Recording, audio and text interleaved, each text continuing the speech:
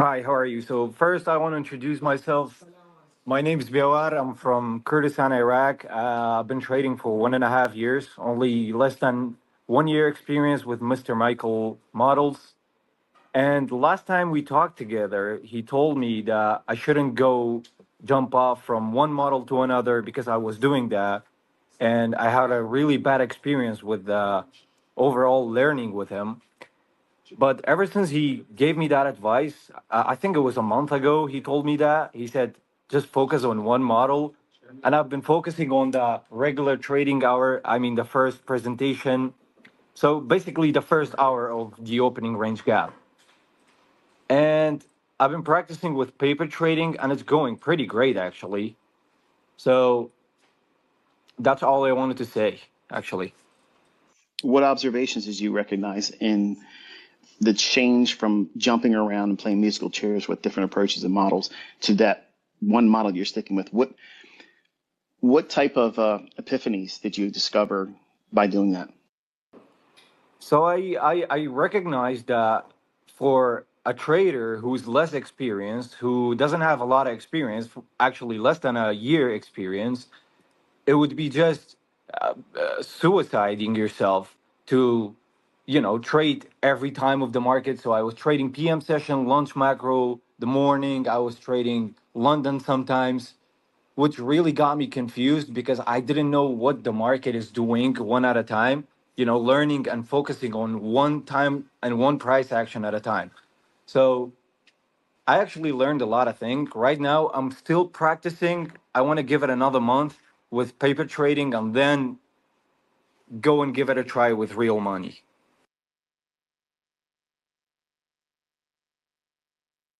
Okay, so you got a model. Yes, sir. Yeah. Well, I'm glad to hear that you actually used the advice I was giving in regards to not jumping around. I know because I have lots of things out there. And if I was like running a yard sale, like I'd have the biggest yard sale in the neighborhood because I have so many things that I can get your attention and say, look at this. We want to buy this. You want to buy this. So you always think that, okay, he's held out the best for last. And anything new comes up, you're like, well, let me just push this aside. Let me find out what he's doing over here because this might save me more time. But really, what you end up doing is creating more time learning, and you diluted all the time you invested in one model, which is what you're all supposed to be doing first. Just pick one. There's no one better than the other. But you have to start somewhere because if you don't have a baseline, as you just discovered, by having one, you realize that you were in your own way and you keep trying to, seek new information when one model, one approach is all you need. Simplify everything. Everything can be simplified to simple things as staging. Are you bullish or bearish? When are you going to trade? That's the time of the session. You're going to be a PM session, AM session, London trader, Asian trader, whatever it is, whatever that is, that's all you do. It doesn't mean that's all you'll do forever. This means right now, because I'm starting, this is what I have to stick to. And don't let the other volatility of other sessions, my trade examples, my students' trade examples, whatever they're doing, just use it as inspiration, but don't look at it as comparison. I'm not doing enough because look what they did. Because you're going to have something that you do, because there's some of us that are listening to us right now talk, and they heard you say that you corrected yourself. You had course correction. I told you don't jump around different models, pick one. And now you're coming back with a testimony saying you've seen progress from that. It's helped you. There are people that haven't done what you did. They still want to jump around. And now they're thinking, see, this guy did that. And I've been waiting around, waiting for something better to come along and dabbling with this one and dabbling with that one. And he did something I knew I should have been doing, but I haven't done it. And now I feel jealous. I'm envious because he's got further along in his progress. I promise you, there's people listening right now. And they're uncomfortable because if they were going to come up, they're not going to come up now because they're thinking, I don't want to say anything now because he just pegged me. But that's what you have to do. You have to say, you know what? This is good medicine. I'm going to listen to the old man. There's enough people out there proving it works. I'm just going to put it to the test and stick to the rules. And either it does or it doesn't. And if you stick with it, it will. But you have to condition yourself. And if it isn't easy in the beginning, is it? No, actually, it's not easy. It's really complicated to just overcome your feelings and stick to one model only because for an inexperienced trader, you just want to jump around and try everything. And then at the end of the day, If you try to get everything at a time, you're not gonna get any of it. You just gotta focus on one thing. It's exactly correctly said.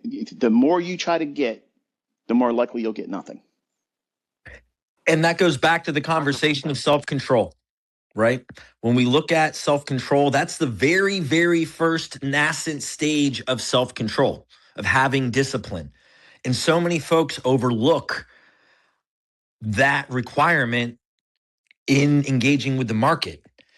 Not being disciplined, not being sober, doing whatever you want, thinking that the rules don't apply to you. I mean, we as traders love cutting corners and we love thinking that the rules don't apply to us. But having a mentor, having an actual guideline, a specification, a process, or a procedure, this is how you do it. If you want to be successful, if you want to make it less difficult and you want to learn faster, this is the only way. And it doesn't mean it will be fast. It will just mean that it's the most efficient way of learning. Only one model, one time frame, 10,000 kicks one time. Wait, yeah. One model, practice 10,000 times. The common misunderstanding is they think that if they use a model, like if I lay three models out there, we'll use Silver Bullet, model 2022, and I don't know, give me something else quickly. OTE. Okay. If I say, okay, look, here's your choice. You got to pick one. And then you sit down and say, I'm going to go with Silver Bullet. Okay, well, right now, if you don't know what that is, it's a very simplistic little approach to get a pool and liquidity that you use as a draw. It's the first presented fair value gap after 10 o'clock. And you simply trade that. When it hits the liquidity, you're done. You stop. You don't care what anybody else is doing in the PM session. You don't care what they did in London. You don't care what they did with the opening range. You don't care about any of that. This is all you do. When they see trades like I did this morning, they'll say, that's what I want to do. I want to trade like that guy. I want to trade like that student. I want to trade that guy over here who's not even doing ICT concepts because look what he showed today. And that is a terrible thing to do while you're trying to be a trader. You can do other things outside my concepts. Okay, you can make money outside my concepts. That's never been a talking point where I've stood on a soapbox and said nobody else makes money except for my stuff. I've never said that. But I will tell you how to make your stuff better if you're not using what I'm teaching. If you use the context and framework and why price should go where it's going to go using what I teach on how to read price action and filter your trade doing other things, I promise you your win rate average will go up and your losing will reduce and you'll have a better clarity on what it is you're doing. But in speaking in the community, if you look at these three models and you say, I'm going to use just the Silver Bullet, what happens is you're comparing what you're doing to everyone else. Like we're in a classroom setting and you all had the same test given to you, the same questions given to you, and the same multiple choice answers to choose from. And you look at your results and you base and weigh that in relationship to other people that are sharing their stuff publicly. Now, it's human nature to do these things, but it's counterintuitive and not productive as a trader to do those very things. Because what you're having to do in the beginning is you have to reduce the stimuli in the beginning. You have to bring it down to such a low input that you can't let anybody else's opinion, even mine, you can't let anyone influence you in what you're looking and observing. Because if you have any insight or inspiration by someone else while working with this one model in the beginning, what you're doing is you're allowing confusion, you're allowing distraction, and you're not building discipline, focus, and independent thinking. And that's the core reasons why you're supposed to be doing this, because one model limits your focus, and it's not a weakness. It's not building less strengths as a trader, because you have to get a baseline on what it is that are triggers for you. What makes you feel greedy? What makes you feel impulsive? What makes you fearful? What causes you to doubt? What causes you to feel excited? You're only going to get that if you're doing the same thing over and over and over again. Now, here's the part where it's the misnomer. When people look at all the models and all the things I use and when I can make available to everyone that fits their personality, not all things fit everyone. But by starting with one thing, what you end up doing is you get a baseline in reading price action. You get a feel for immediate rebalance. Oh, I don't really trade that as an entry mechanism, but I like to see it when it happens and I'm in a trade because it builds my confidence. Exactly, perfectly used, and it's exactly how you're supposed to be viewing it. I don't really trade the silver bullet, but I'm expecting that thing to form here. I'm already short. It's likely to go down here into yesterday's PM session low where the sell side's sitting there. But this is forming. I know some of these other guys trade that, but I want to see it work for them and it supports my idea because I'm already short before this formed. You're not on the internet saying, ha ha, you silver bullet traders, you're getting in late. Look at me, bro. That's not what you're doing. But you're looking at things as support structure, supporting the idea that you're already in something and reading price action visually with the open, high, low, close aspect of simply using a candlestick, and then waiting for price to gravitate towards a specific pool of liquidity or an inefficiency that you're aiming for.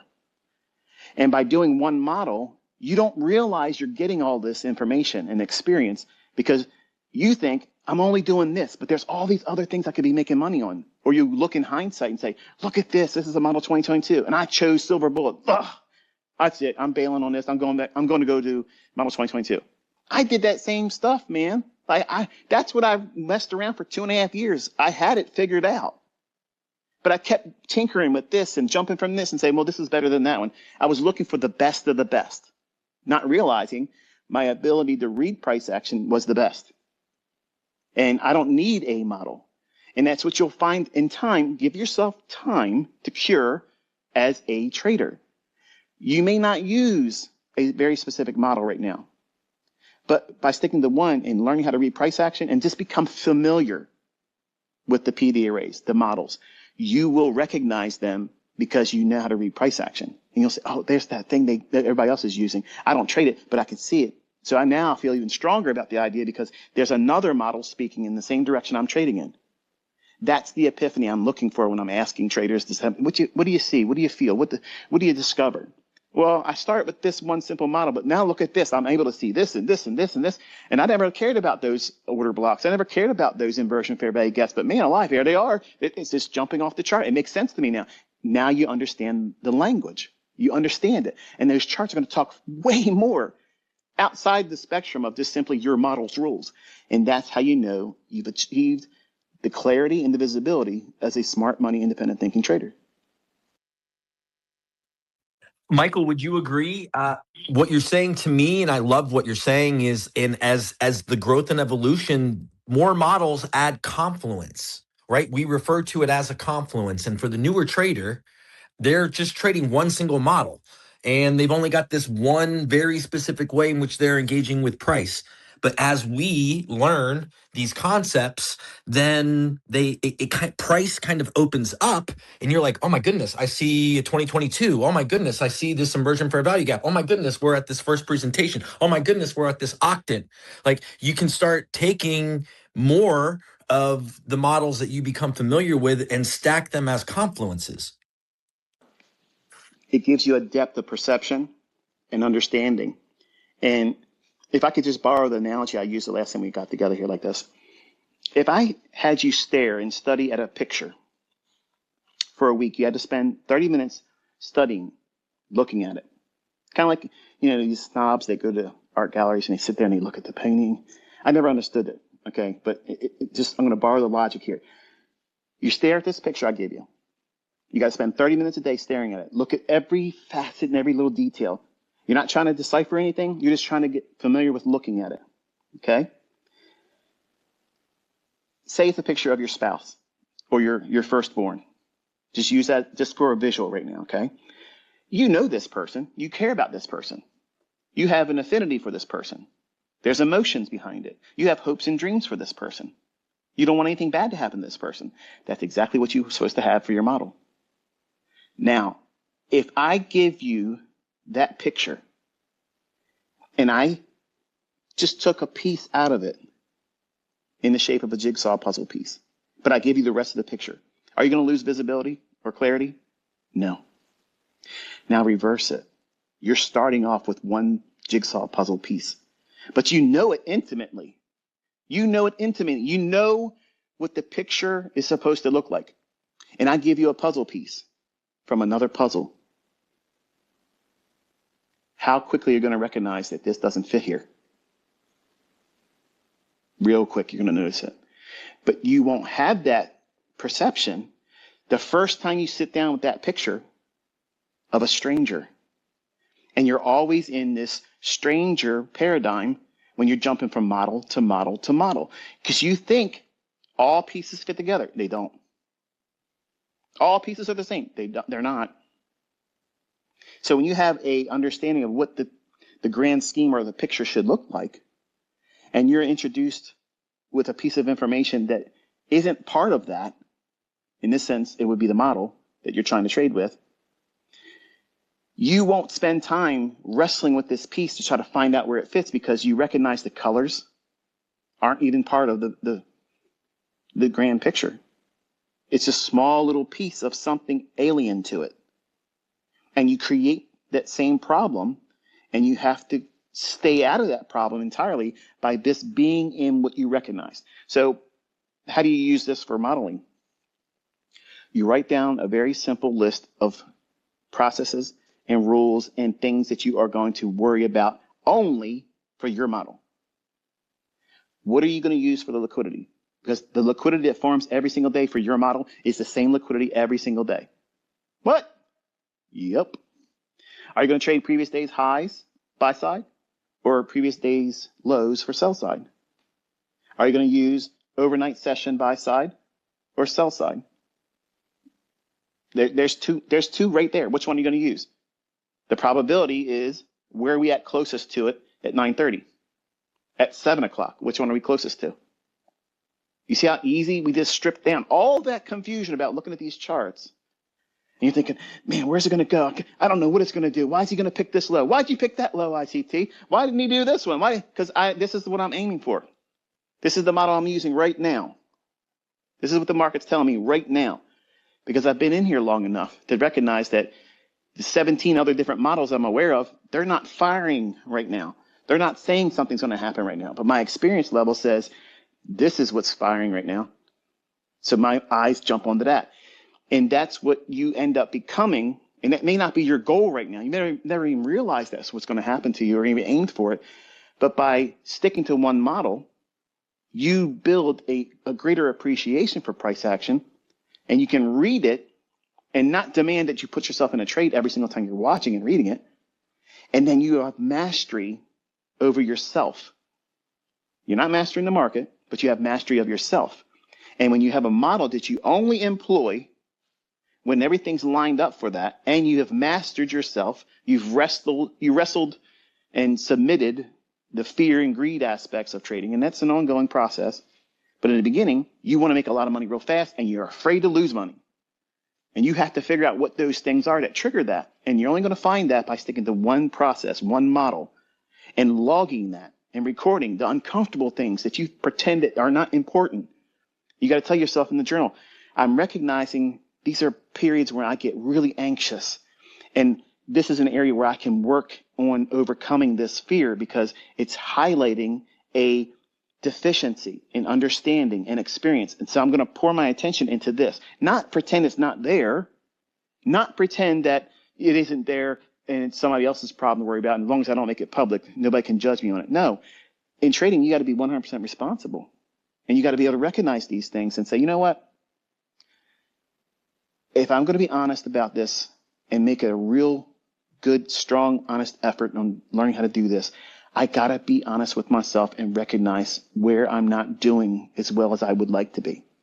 And that's what makes this hard, folks. It makes it very difficult because you think by choosing a different model, you escape those uncomfortable observations and discoveries about yourself. But they're going to be manifesting again in another model. And you may discover something else about yourself that you don't like. And you'll have to fix that. And it's a constant refinement.